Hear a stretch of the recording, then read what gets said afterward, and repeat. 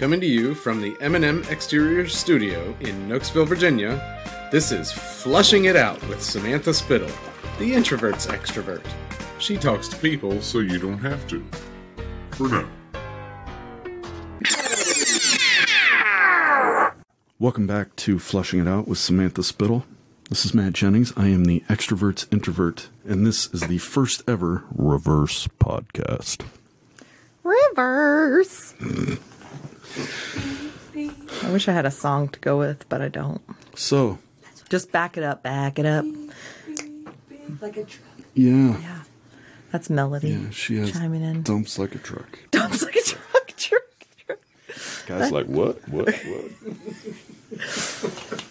Let me see. You're the host, just reminding you that you're the host. Oh, that's right. Okay, I'm driving the train. You're driving the train. Right, well, I'm just here. So, like, do I act like that? So just let's get some I'm ground the host. rules. I just want to make that clear. So you're the host. Like, am I just host. being a guest that's I feel like I have you're no trying idea to what I'm take over doing the here. show right now. Well, that's why I wanted to make sure. I'm gonna have to Bigfoot you. Okay. All right. I'm just gonna talk over you and remind people that I am the host for today of the Reverse Podcast. It's a Bizarro podcast, is what it is. Mm-hmm. It's flushing it in. Is what it is. Okay. Yeah. Let me just process that real quick. It's something we've been talking about for a while. Yeah. You've got a lot of podcasts out there now. What number are we on? What episode number? 30. 30. All right. Well, by the time this comes out, yeah, this will probably be around 33. 33. Yeah. So that's a good or maybe. number. We can't commit to that. I mean, editing, the behind-the-scenes magic, who knows? It'll But never see the light of day. yeah. Fair enough. But I would hope so. It's in the 30s. It's in the 30s. All right. Well, In the that's a 30s. lot. And, I think it's time for people to hear from you. Yeah. You're the host. Mm-hmm. You're a great host. You ask Thank people you. questions. We hear from them. We learn about the people that are on the show. But I think the people that listen to this podcast would be interested to know more about Samantha Spittle. Sweet. Finally. Thank you. Finally, someone asks about me. Well, so I'm kind of linear about these things. So let's start at the beginning. All right. You were an Army kid, is that right? Yes. Where were you born? Well, just to clarify, I was an Army brat. I never served our country in the I didn't want to use the word brat. I know that that's a common phrase. Yeah, Deb Jewell, born, raised, and trained. What? Army brat, born, raised, and trained. There you go. And I don't know if she made that up or not, but I was like, that's awesome. So who's that? Oh my gosh, Deb Jewell. She was an episode guest. Of course. Sure you listened to it. I'm sure I did. She's amazing. Yes, it was a great episode. I very much enjoyed it. She's the reason I know everyone in Virginia. Okay, good. Yeah. No, I think that's great. But yes, I'm sorry. So yeah, I was an Army brat. The moved all over. question was, where were you born? Well, I don't like to share that publicly because security questions online. Like if people want to fill serious? that in. Well, what was your mother's maiden name? Would you like my social security number Just too? the last four digits. Why I think, so is personal probably enough. questions? I mean, for God's sake. What was the name of the street that you grew up on? And now you want to know my dog's And what first. was your my favorite pet as a child? Shit, I already said dog. Now people are gonna know. Yeah. Dang it. Yeah. Rex. Rex. Fido. Well, I'll start. I already said I'm on record Yeah. on this podcast where I was born. Yeah, I was born in California. Where I'm in a California girl. Santa Barbara. Wow. Super fancy. People, looking at me, you're like, California girl. And Santa Barbara. I'm guilty as charged. That's an awesome part of California. Yes. Is there a military base in Santa Barbara? My dad was teaching ROTC at the school there. All right. And so he did a lot of scuba diving and fun. You did? Diving. No, he did. No, I was just a baby. I was just born and toddled around and then moved. So. How long were you there? I don't know exactly. Maybe about 2 years. Okay. Yeah. And from there, where did you go? Do you remember how many different places did you live as a kid? Many. I'd have to count up real quick. Do you remember the sequence and all of them, everywhere you went? Pretty much. Well, let's go through it. Let's see. Where'd you go from Santa Barbara? Okay, so Santa Barbara, I can't totally remember, but I think I went to Kansas or Jersey, and then Kansas or Jersey. Those are very different places. I know, because I can't remember. I was at preschool at both. So here's a fun fact. Gotcha. I went to, I believe, 3 years of preschool, but then skipped kindergarten. I mean, Well, it probably showed my future brilliance. But probably. so that's why I can't remember, because the way I remember my life is what age, like what school grade I was in. And so because preschool took up so much of my life through those years, I can't always remember. So yeah, Jersey. Well, you kind of wound up in New Jersey, didn't you? I did. So Kansas, Jersey, Germany. Where in? Well, hold on. Slow down. Gosh, you gotta slow down. People are going to be tuning out. I mean, the hell they are. This is fascinating. They're pulling out their notes. The people like me love this crap. Where in Kansas did you live? Leavenworth, I believe. Yeah. Okay. Yeah. What were you incarcerated for? Being awesome. It's the only thing that's really in Leavenworth. There's the federal prison, military prison, state and I prisons. think they bagged groceries and stuff too, if I remember correctly. Really? Yeah, but my main memories were learning to ride a bike there. So okay, all right. So then you went to New Jersey, and then or vice versa, who or knows? whatever. I should text my mom real quick and ask her. Yeah, do that. Talk about tuning out. It doesn't really matter. What and then what? Then Germany. And so we lived there for 3 years and moved a couple times there. Great memories from that. And then moved back to Virginia. Okay. Lived in, for all the local listeners, Burke, Virginia. Sure. Then moved to New Jersey. Then lived there for 2 years. Then a year in Pennsylvania while my dad was in the War College, it's called. And that was in Carlisle, Pennsylvania. And then went actually back to New Jersey. And then was there the rest of high school. Were you all these different stops in New Jersey? Was it the same? Same base, yeah. Where's that? Picatinny Arsenal, New Jersey. It's up in northern New Jersey. Okay. What's the nearest? What's it near? New York City? It's like 45 minutes from New York.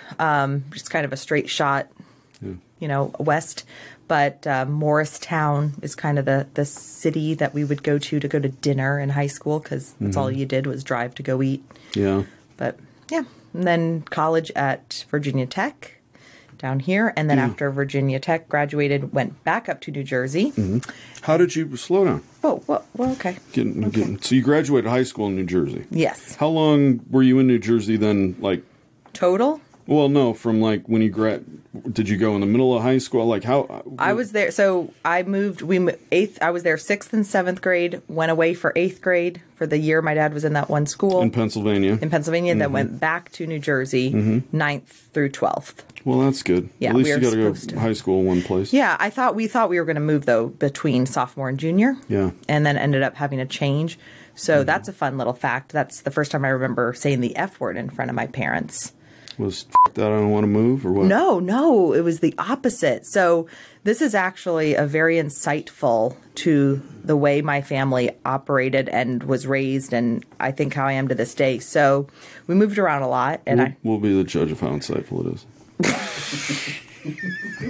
Sorry. I forgot I'm not the host, so Sorry, I don't get to control the narrative. Yeah, no. I don't get to control the narrative. Well, it's fine. You're trying. I feel like it's a little bit of a tug of war, but I'm determined to win. Okay. Go ahead. It's fine. So every time we moved, my parents were very positive, and even now people ask, "Where's the best place you lived?" And I feel like this is going to be great, kids. It's a big adventure. Yes, so everything was good, and but I felt like we actually dealt with things too, so it wasn't a bad thing, but it was just you can't change it, so just make the best of it. Right. And so we were supposed to move to Michigan, and we were looking at where we might live, and there was water. So I was imagining like, I'm going to have friends that sail, and I'm going to be like living on the water. And so I'm devastated that I'm moving because I have my best friends in my life, but can't do anything about it. And so it's like, okay, let's focus on the new positive.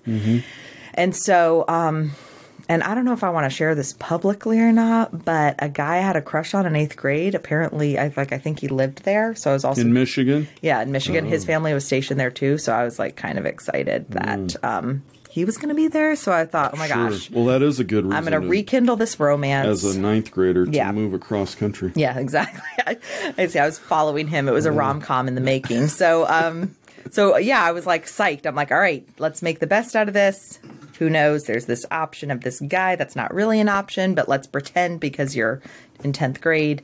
I'm going to live by the water. I'm going to live this lovely life. And so I was so like, all right, it sucks that we're leaving, but I'm so excited. So I remember we were driving down the road. So if any of my Jersey listeners are listening, we were right by the roller rink and that one diner that's by the roller rink in Rockaway. And my dad said something about, it looks like there's an option to stay at Picatinny. And I think I said something like, what the beep, F word. And so, yeah, I just, because I was so, and it was at that moment that I realized, holy moly, this whole positive thinking really does some work. I mean, in a good way on you, because I had convinced myself that you wanted to go to Yeah, Michigan, won't this be great? and that when my dad tells me you get to stay and go to the same high school, you get to stay with your best friends, you get to keep living your life. My reaction is to drop an F-bomb. Yeah. Like, what the heck? What do you mean, Dad? I already went to school, burned all my bridges. Yes, exactly. I told everyone to F off. Yeah. No, I didn't. Right. But so yeah, that's like seared into my memory of the first F-bomb I dropped. And then also though, but it made me realize, wow, the power of positive thinking. Dang. Yeah. So Well, that's good. Yeah, but then I ended up staying in Jersey. It was great, and then tech. So, how many brothers and sisters do you have? One brother, older, 4 One? years older. He's 4 years old. It's similar to my sister and I. She's about 4 and a half. So was he always, like when you were a freshman, was he a senior or was he already gone? He was a freshman in college. Yeah, right. Where did he go? Virginia Tech. Oh, yeah. Is that part of why you went there? Or? Sort of. So because my parents were living in Jersey, but they weren't going to stay there, they were from South Dakota. So there was talks about, you could go to South Dakota State, but that didn't seem like the right choice. And so started thinking like, the world is my oyster. Is that the right term? Something like that. But then realistically, I didn't really want to go crazy far. So Virginia seemed like the most logical place to kind of look because my parents still owned a house in Burke. There's a chance my dad could go back to the Pentagon. And so I just started looking at Virginia schools and applied to pretty much all of them here because I couldn't make decisions. And so I applied to all What of did them. your dad do in the... Field artillery was his branch. Wow. Yeah. That's right in the Army song even. Yeah, Wow. he's badass. Used to be. I think they changed it now. Yeah. Oh, I don't know. Caissons. No one knows what that is anymore. But Caisson? yeah, the caissons go rolling along.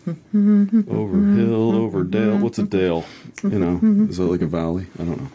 Anyway. I don't know. You're the lawyer. You're going over it, so. Yeah, so it can't be a valley, would it? Be through I don't know. I don't know. We should have Melody as like our researcher. Field artillery. You know what I mean? We should have her like, look this up. Well, write this down then. So is he still No, he's retired. Yes. He retired. Actually, he's like retired. Did he retire in New Jersey or did he? Yeah, he retired in New Jersey from the Army. And then, he got a job with another company and worked for a while, a long time actually. And now he's actually retired. Done. Yep. It's a free man, do whatever he wants. Yep. Did your mom, it would be hard as a military wife to have a career. Did she work when you were a kid? She did, but you are correct. She actually majored in chemistry. She's hella smart and hella awesome. And so... So you take after your dad? Oh, snap. He's hella smart too. So yeah, I'm the host. I can give you shit about That's fine. That's fine. I take after both of them. So they're both awesome. So mom majored in chemistry, super smart, but yes, when you are a military spouse, it's pretty much impossible. To move every year or two. Or yeah. So she ended up, she would work here and there, different places, kind of just, for something for her, for a little extra here and there, but didn't pursue a career. So. Yeah, it would be hard. It'd be good to be home for you, though. So we've heard a little bit about you. It's a valley. Oh, a dale is a valley. Thank you. Dang. Thank you. Our producer has notified us. Thank you. Thank you. That a dale is, in fact, a valley. Yeah. I'm sorry to all the Army, Sorry, Dad. current and former that I was confused about the song. It's all right. I do think they've changed the lyrics to it, though. I thought I read that somewhere just to kind of modernize it, but I could be wrong about that, too. If there wasn't a Facebook article in my feed about it, then I wouldn't know. Yeah. So that's really the I one. want to look that one up. Well, we'll ask the producers to check on that. We've heard a little bit about your childhood. Yeah. Very common, especially among performers, entertainers, whatever. Yeah. How am I damaged? Is that what you're going with? No. That when you have to move from place to place and make new friends all the time, right? That you become outgoing. Comedians, funny people especially, they realize if they can make people laugh, they like you, and it's a great way to make friends. So my theory with if you move around, if you're a military brat, of course you are who you are and blah blah blah. But the way I've simplified it is it's like you either do what you just described or you are like a total introvert, because you just find your own happiness within. Did you know other military kids that were that way? Oh, well, my brother, like he's like introvert. I'm extrovert. Like he would take a while, he would take a while to make friends. I don't know. I'd have to call him and have him confirm this, but it seemed like from the outside, so who knows, that it took him longer to make friends. And then he had a few close friends, type of thing. Where for me, there's a lot of stories from my past of we would move somewhere and I'd have a sleepover within the first 24 to 48 hours. Because I just really liked making friends. And so new best friend, we've been here 5 minutes. Obviously. Of course, I've got 13 of them, actually. So, but I feel like, though, that's because that's what I needed. Like, I needed to always have a person, and I feel like God always provided, like, I always had, like, a person. So it wasn't just superficial friends. I feel like I always found my person. Like, everywhere I lived, I always ended up having my person. Gravitated towards someone, and they gravitated toward you. Yeah. And I feel like, too, with people, like, that's another big part of, I love interacting with people because when you move a lot, you have a chance to start over. So you get to kind of figure out kind of who you are and what you want to put out there. And I realized, like, I talk a lot with the podcast about vulnerability and whatnot. And that I think what I realized early on, and it's something I want to pass on my wisdom, is that, when you put yourself out there, you will find the people who are attracted to you. Like you just said, you find that. And I think what I found, I got to learn this lesson a lot growing up because I had to move so much, is that you might put a different, let's say you're insecure about something, like, oh, I'm weird about this or that, so I'm going to not do that. But then you end up finding maybe friends that are like, oh, these aren't really my people. I can't really be myself in front of them.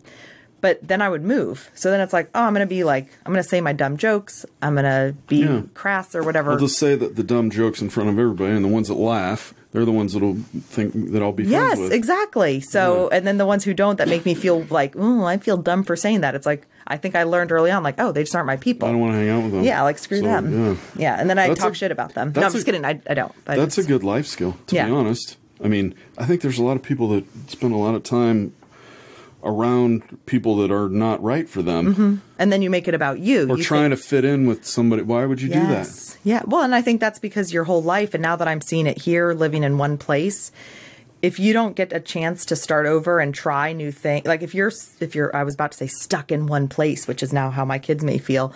If you live in one place, you get pigeonholed. If you're the kid who threw up in first grade and everyone remembers it, then for the next 10 years, they're going to give you crap about that time you threw up in first grade. And you're just you get, stuck into this box. And if you so you might learn, okay, I told that stupid joke. At home, I like making stupid jokes, but at school, when I make them, those kids laughed at me because, either they're just kids or whatever.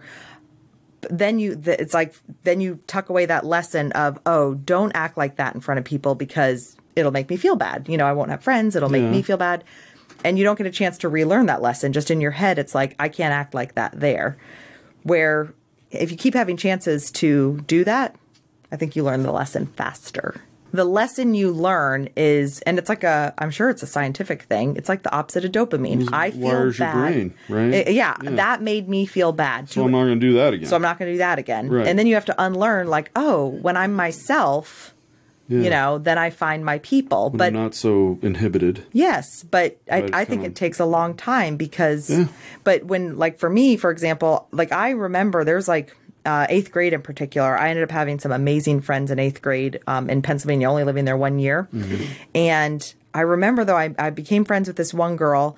And, so in my head, I'm thinking, oh, like, this is my best friend, this girl. And we hung out a few times. And the more we were hanging out, I could just tell, like, we're just not vibing.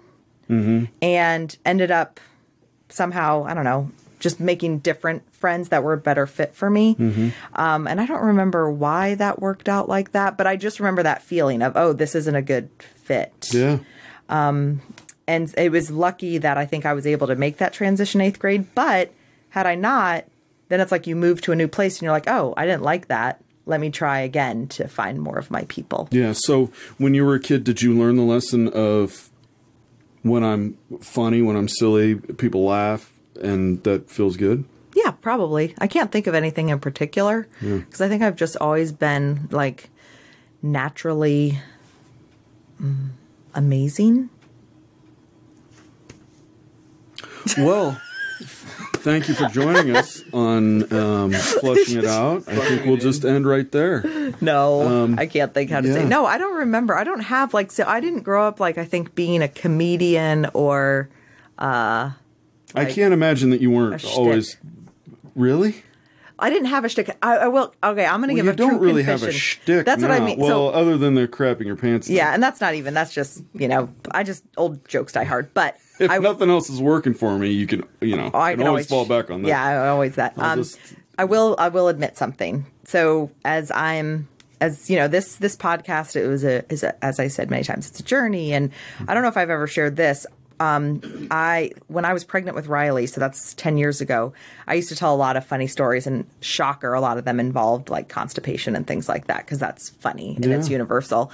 And so I thought about starting a blog. You don't have to be smart to laugh at a poop joke. Exactly. You'd have to be stupid not to. Exactly. Who can't laugh at that? You know what I mean? Everyone does it. So, okay. So 10 years ago, my friends encouraged me, you should start a blog. Your stories are so funny. But I didn't for many reasons that I could name. But really, at the end of it, I was just scared. Could I do it? What would be the point? All that insecurity. And so then just life is happening. Things are happening. And so I came across one of my old yearbooks, and I went through it and read it. And people were like, you're so funny. Don't change. You're so positive. You're so funny. And what I saw over and over again was I was funny. They were telling me I was funny. So I was like, oh my gosh, maybe. What age were you when you went back to your high school yearbook? I don't know. It was in the last. That you were funny. Well, it was the more that maybe this is who I am. I'm sorry, I didn't mean to make that sound like I didn't. I know that was a real jerk crazy. Move. No, I'm just kidding. I mean, you're funny. They thought you were funny then. You learned this skill. I mean, you're goofing up my narrative here. You'd learned this skill as a kid. You've always been funny. You've always been entertaining. You've always been outgoing. So you're telling me that. And now you're telling me, I just figured it out when I was pregnant or something. Dang it. No. I'm but confused. Thank you for clarifying. Yeah, please. No. What I needed is that it was always inside of me, which Heather Garner on one of our episodes recently we talked about. So for me, it was having to decide to figure. So you tell me, you've always done this. You've always this. Other people see that in you, but if this is just the way I've always been, I don't feel any different. So what makes me any funnier to host a podcast? What makes my skills any better to connect with people? This is what we're here to figure out. Yeah. I mean, this is an introspection episode. Yeah. So that's part of the journey. Because I am very curious about it. I mean, I'm not going to make this about me. But only for the next 30 seconds. Too late. I was never an outgoing, I am an introvert. Yeah. And I did have a skill that I realize now. I always found the person that was the extrovert and everybody liked him and whatever. Secret to life. And I was great friends with them. Cling. And so I had a close, few friends, but and it wasn't intentional. It just sort of happened. But everywhere I went, high school, college, law school, whatever, I always managed to do that. But I have, and this is sort of the theme of the episode for me. I'm curious about you. I think your listeners are curious about you. You have this drive, desire, whatever, for people to pay attention to you. No. Listen to you. I'm serious. Some people want to be, you like being an entertaining person. Yeah. You like being a storyteller. You like being heard. Yeah. Is what I'm saying. Yeah. You wouldn't mind at all being famous. I wouldn't. I don't know. The older I get and the more life experience I get, I'm like, ugh. Really? I don't know about that. Yeah. See, I have never once in my life ever had a desire to be famous. I did grow up wanting to be. Oh shoot! I did grow up wanting to be an actress. Sorry, I was playing with my thing cord and it messed it up. Okay, so I did grow up wanting to be an actress. I'm making you nervous. You're fidgety over here. I know, like this. I am. This is good. We must be getting somewhere. Okay, go. I've already decompressed it in my head and I can totally share everything with you now. Grew up wanting to be an actress for sure, but I would never put myself out there. I was in The Shoemaker and the Elves, and I think I got casted as a random elf, and probably broke my spirit because I probably wanted to be the lead role, which now I see happening with my children. So it crushed your acting dreams? It may have crushed it a little, and I think I was afraid to put myself out there. So I always had the dream in my heart that I wanted to, but I just didn't have the push. And I think because I moved around so much, I didn't have my people. And so what's interesting is that everyone who knows me here in Virginia, I've gone to the same church since I moved here. The networking that I do, you see a lot of the same people over. And that was when I moved here. And so my comfort level is when I know people, that's when I really, I guess you could say that part of my personality comes out more. But when I'm new or meeting people, it's not like I walk in like, woo, what's up? Like I do read the crowd and find people and test people. But I wasn't like super involved in high school. Like I did school, I went home, I watched Golden Girls and Designing Women. And that's a true story. Nice. I would sit on my recliner and then I would call my best friend and we would talk for a couple hours to chat about our day. And that was my life in high school. Yeah. So, do you remember the Golden Girls theme song? Thank you for being a friend. Yeah, there you go. That's a good one. Yeah. So yeah, not super outgoing, but like I said, I think that's what made me realize reading the yearbook though, is so I think I had this vision in my head that I'm not super outgoing. You know, I might because to me outgoing meant maybe like being the class president and being very popular or things like that, where I wasn't those things. Yeah. So I think I felt like, and then I didn't put myself out there for acting and things like that because I knew on the inside I was afraid. And so I had this self-talk and image that, I'm not those things. And so then as I got more, just making friends, and then it's like, my friends think I'm funny, but not other people. Or I really love connecting with people, but maybe it's just within my own little world. Yeah. So then, this is interesting because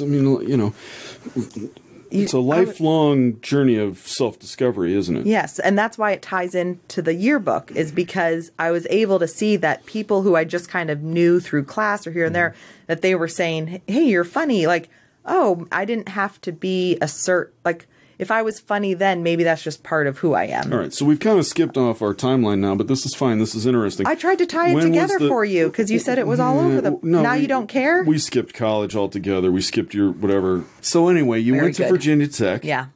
We're back on the timeline.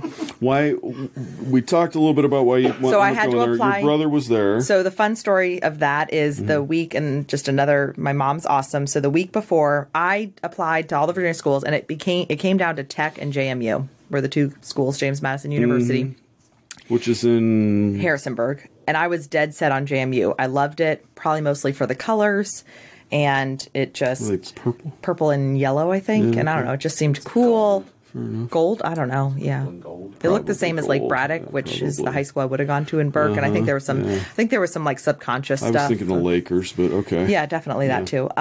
So I love JMU. I was going to go to JMU, told everyone at school I was going to JMU, all my friends at high school. And then the week before I had to decide, my mom and I took a last minute road trip down to the schools. And I had never gone on a tour at Tech because my brother went there. And so if we were there, he'd just be like, this is the campus, this is that, and that's all I did. And so we went on tours like last minute. So we stopped at JMU, went on a tour. Then we went to Tech, and it was a beautiful day. And when I had last been there to see my brother, it was raining. So it was a gorgeous day, had an awesome tour guide, and fell in love. Like it just totally felt more like me. And the way I described it, because I'm super intellectual, and so hopefully everyone will get this metaphor, but if you don't, then sorry.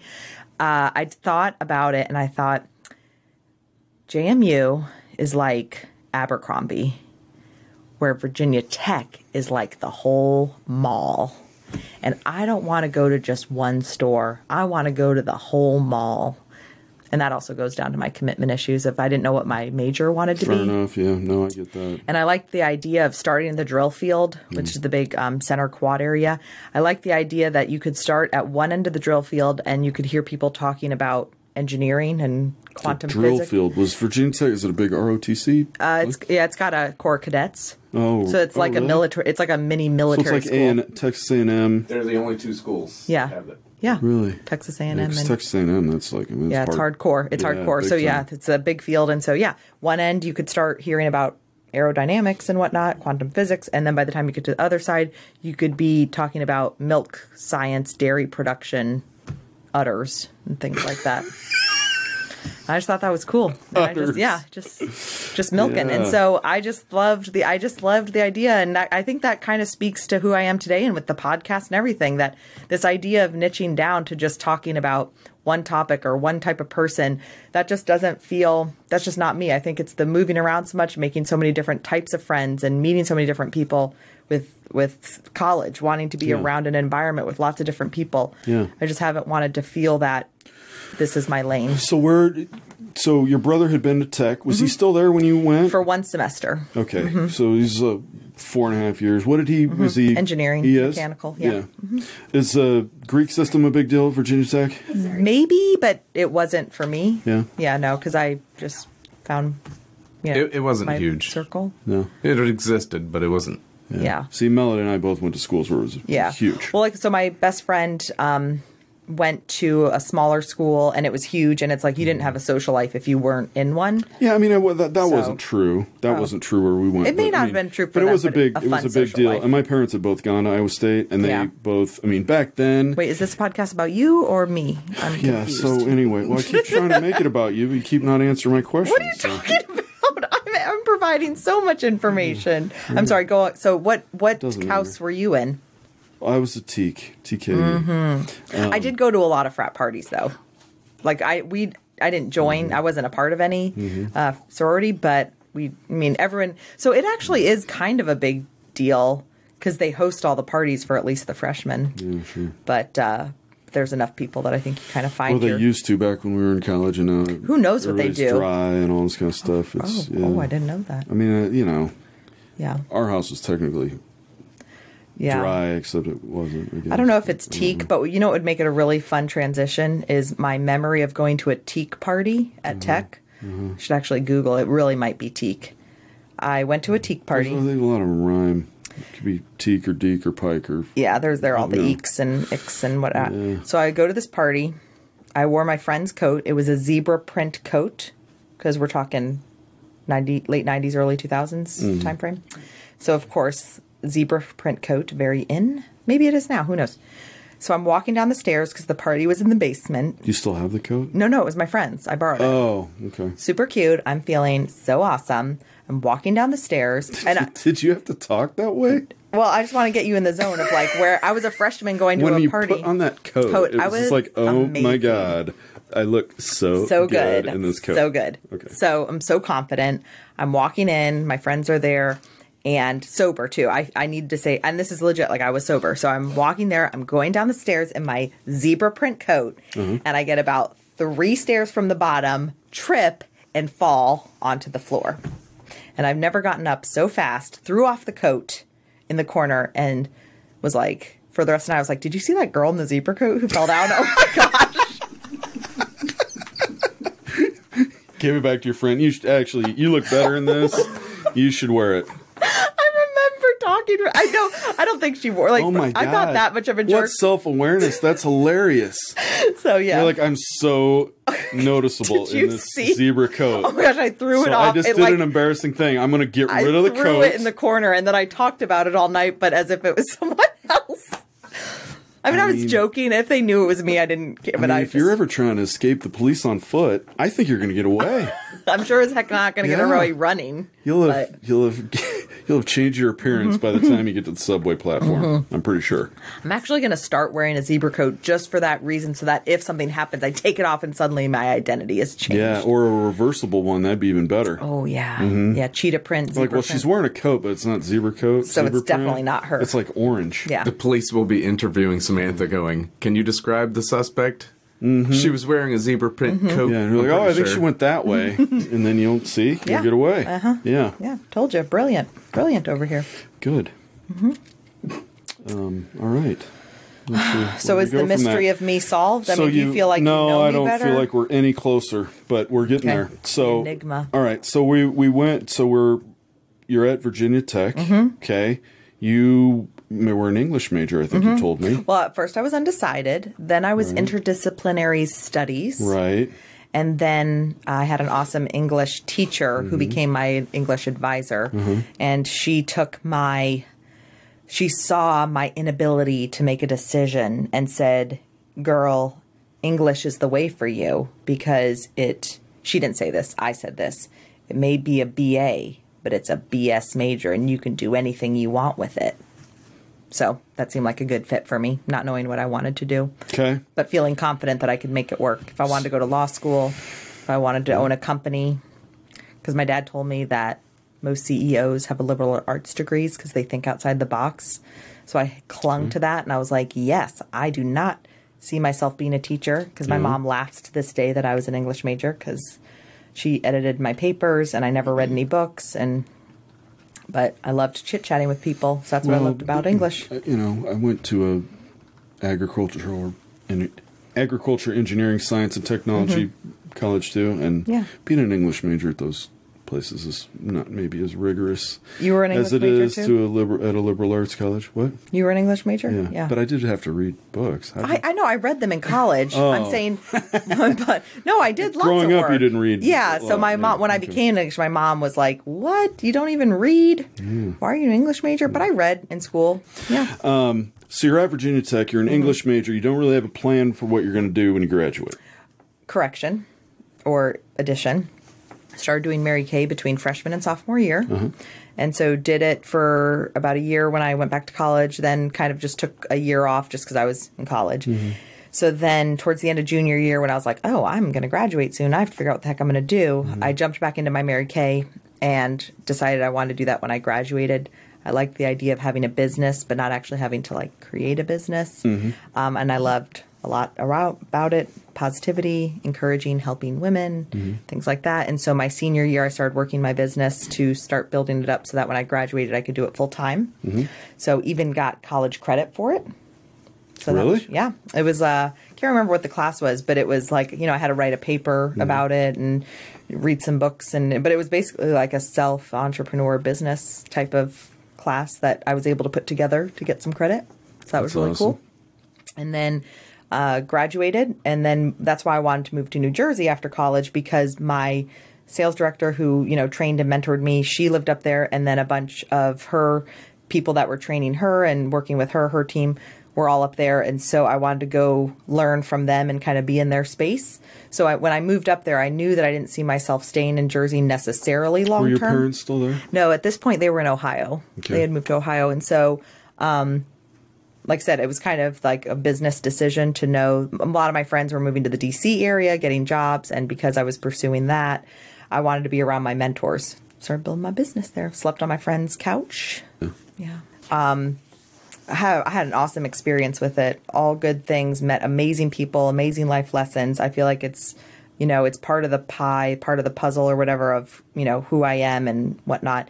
So, but my problem is, and why I kind of joke I'm a horrible boss, because I was the best boss, is like when Jeremy and I started dating, I would come down Thursdays and leave Mondays because, like, hello, I'm my own boss. And I just wasn't very good at making... So you worked Tuesdays and Wednesdays? Yeah, basically. Like, I kind of knew, like, how much I needed to make, so then that's, like, to pay my bills, so then I would make that, and... Then I was happy, like, well, I want to go out and hang out. I can't meet with you Tuesday. How about Wednesday? No. Okay, sorry. How about the Tuesday after that? I didn't come every weekend, but I'm just saying when I did come. Okay, how about the Tuesday 2 weeks from now? Yeah, Tuesday. Barely. I was horrible. I think I got busy doing the things I liked doing, which is kind of similar to today, like meeting people, networking. I like doing appointments one-on-one. Like, I just wasn't the best at doing all the things I knew I needed to do. So did you have consultants under you? Yeah, I had a team. I earned a free car. I became a sales director. You got a car? Oh, wow. Well, you did really well then. Because it's not just about being a director. You got to have enough production and all that stuff. Yeah. So I did that. And then, so I realized something. Here's my aha moment I realized. So always loved Mary Kay, loved the friends I made with it. And I still have great friends to this day from it. And so... what I realized, though, is that when I would go to events and hear speeches or listen to CDs and, you know, you hear the speeches and stuff, what always stood out for me was they would talk about the way their life was, you know, how you get to design your life, live your vision. That's a Pam Shaw. Give her that shout out for that quote. And she would talk about, you know, her and her husband and her kids. And it was like having healthy relationships and living a good life. And so when I would listen to that. Who is that? Pam Shaw. She's just a top national sales director in Mary Kay. For Mary Kay. Okay. Yeah.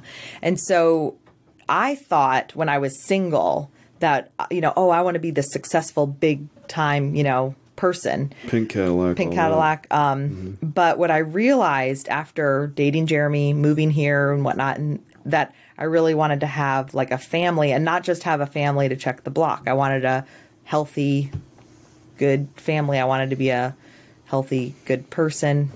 Real stuff, like real shit, not just shove everything away. And I don't know. That's why I talk a lot about like. So Mary Kay, Mary Kay wasn't compatible with that.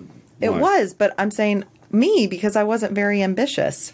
But my one friend, actually, she's another top Mary Kay person. She became a really good friend in New Jersey. And when I was dating Jeremy, and I remember, I'd be in like a meeting with her. She was like trained all the leaders. And I was probably at the time being like, I want her in the pink Cadillac, and trying to work, because what I'm good at doing is like putting together the plan, thinking, strategizing, helping others with their plan. That's like my skill set. But actually executing the plan for myself is probably where I fall short. So I think I was at the time like, I want her in a pink Cadillac. And that's when she was like, lovingly said, you say you want to earn the pink Cadillac, but your actions do not support that because you're going to New Jersey Virginia, which is fine, because if you want to invest in this relationship and you're able to, as long as you're paying your bills, you're not going into debt and things like that, that's fine if that's where you want to spend your time. So you should probably stop saying you want the pink Cadillac, because you're continually not doing it. So then you're going to start feeling like crap about yourself because you're failing at that goal, but it's not your real goal. Your real goal is investing in your relationship. And you just need to be honest with yourself about that. Exactly. So once she said that, it was like, oh. So then I think once I moved to New Jersey, that was in my head of like, oh. So then I started thinking about, well, what has been motivating me? Well, one thing was I wanted to work and become a leader, because I wanted to hang out with the leaders. I wanted to hang out with like the movers and the shakers. So I have my motivation to be a mover and a shaker is because I want to roll with them. I want to hang out with them. But, and then like with family, I was wanting to have a family and things like that. But I didn't want a family just to check the box and have a family. I wanted to invest in that. And all right. So you do Mary Kay. Yeah. For 6 years. So you're what? Late 20s? Then what happened? Got pregnant. Thought I was going to do it all. I'm going to keep building my business. I'm going to get this car. I'm going to do this. I'm going to be a mom. I'm going to do it all. And then I had my baby. And that was really like exhausting. And I didn't set up childcare because I was going to be like a stay-at-home mom, and I was going to work because my mother-in-law lived across the street, and I was just going to like bounce around the baby because I had all these friends that could just like watch here and there. And then my daughter cried when she was not with me personally for the next 10 months. And because I didn't have childcare set up, it's not like a routine I got into. That sounds like a her problem. It does sound like a her problem. But I made it a me problem. And so it just became too hard. Like I didn't like being stressed that I would leave her and then come back and she was crying still. Yeah. And I was like, my business it's not like my business was super successful. And she's your first. It was my first. And like I said, I was already struggling in my business. Like I was already, it was like having to push a rock up a hill, And so it felt like, oh, this is finally like I kind of have a reason or excuse. I can kind of step back from it. So kind of stepped back from leadership. So I didn't have to worry about any numbers or anything like that. And just kind of enjoyed servicing my customers. All right. So let's fast forward. You step away, it kind of dwindles. You're mostly a full-time mom for several years. Yeah, totally. When did you start thinking about doing a podcast? So, son is in 4-year-old preschool. He's getting ready to go to kindergarten. And that's when I started thinking about a job. Like wanting to, should I do my Mary Kay? Should I do another business? And so Jeremy started thinking about maybe getting back into construction. That's what led us to an opportunity to work with a local home builder. And so I got involved with a local home builder and doing networking, which was awesome because that's the part I love doing, meeting people. And so about a year and a half, almost 2 years ago, I got back into the networking world, which, tie it back, got me around movers and shakers, which I love doing. It kind of pulled that part out of me, that part of like dreaming. And so I just wanted to do something. I didn't know what it was. Then, I ended up doing this class and, figuring out storytelling. And I was listening to Conan O'Brien on a road trip. And I listened to his podcast for like 5 hours. And I thought, oh my gosh, you get to just sit and talk to people. And what I've always said, so I actually had a book idea about 4 years ago.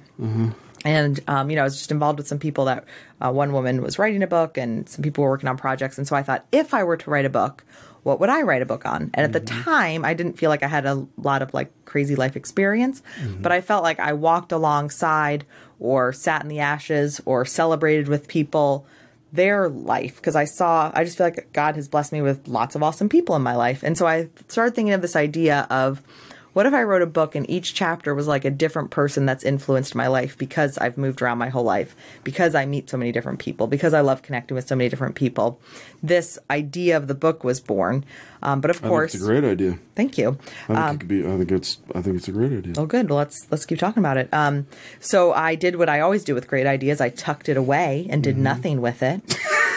So for the next few years, I have this thing inside. What else do you have tucked away? Well, we'll get to it in the full flush. So much tucked away. We'll get to it in the full flush. We'll get there. So much tucked away. So, had this idea, and then just the way life has unfolded, it just kind of, I have coffee, I do all this networking, I have these awesome conversations, and I feel like I'm always going back to my friends, and that's why I say the extrovert's introvert, because a lot of my friends, like if they work, the introvert's extrovert. Sorry, I was still.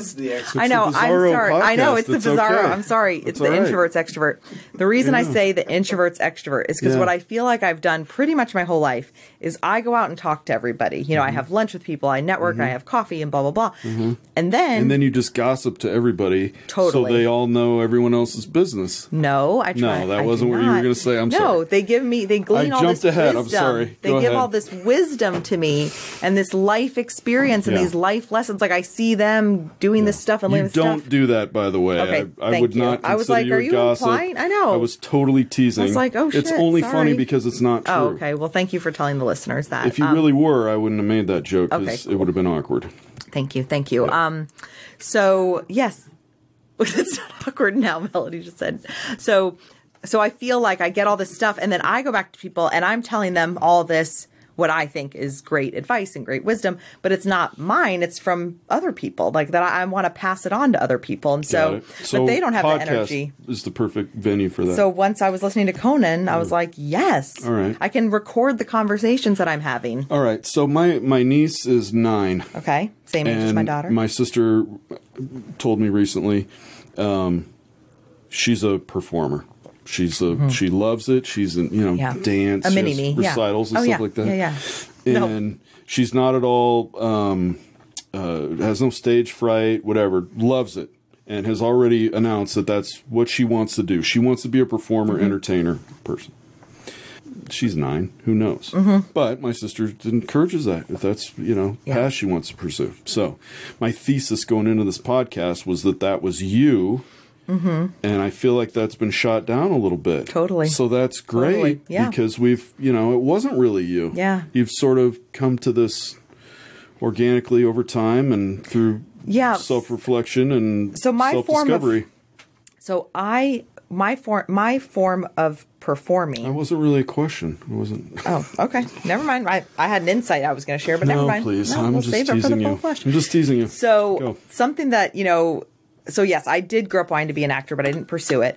But I remember being in middle school, and at the Army base we lived at in Picatinny, they had a forum where I can't remember what it's called, but they bring in all these people, adults and everything, and everyone shares, and it's like a brainstorming session of ways to improve the Army base.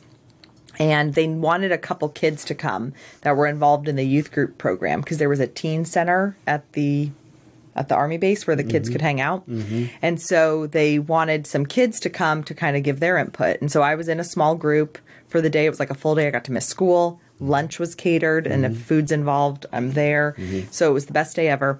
And once your group went through all the brainstorming, you had to present it to the group.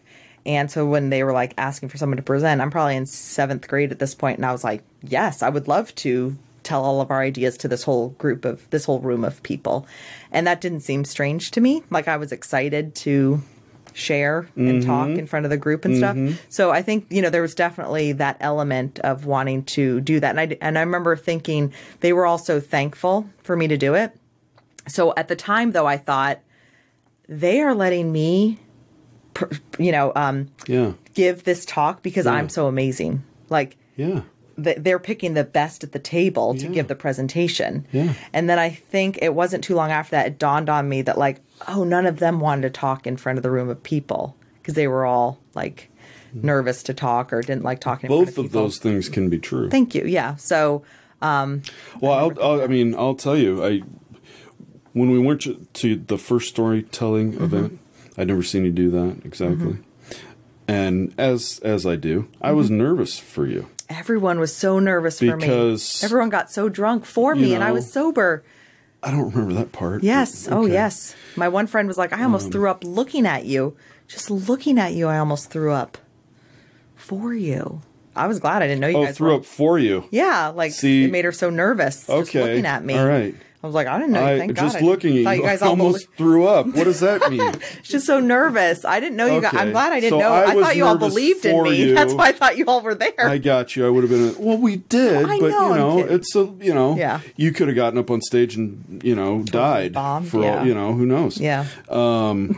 And I thought you were totally in your element, and you were incredibly self-assured. You're at your best in that forum. Don't you agree? Yeah, you know what? Thank you. That's the best of Samantha Spittle comes out on stage. And that is not true for everybody, right? Well, thanks. I want that quote. Could you say that again into the camera? The best of Samantha Spittle. Ooh, say that again. Yeah. Should I say it like this? I don't know. Say it however you want. Put a little more bass in my voice. It'll make it sound. Are you a singer? What? Do you sing? We'll do that on the second half. All right. I can't wait. Yeah, let's go get some margaritas. Yeah, I do, and you play the piano? I do feel like I've asked a little bit too open-ended of questions. Yeah. So maybe on the second half it'll be like cross-examination. I'll interrogate you more. Like the fire round. Boom, boom, boom. Yeah. It's just going to be yes or no questions. Well, I hope this was entertaining. I hope it was insightful and answered all your questions about me. Yeah. I think we should go have margaritas and come back and talk more. Stay tuned for the full flush. We'll be back.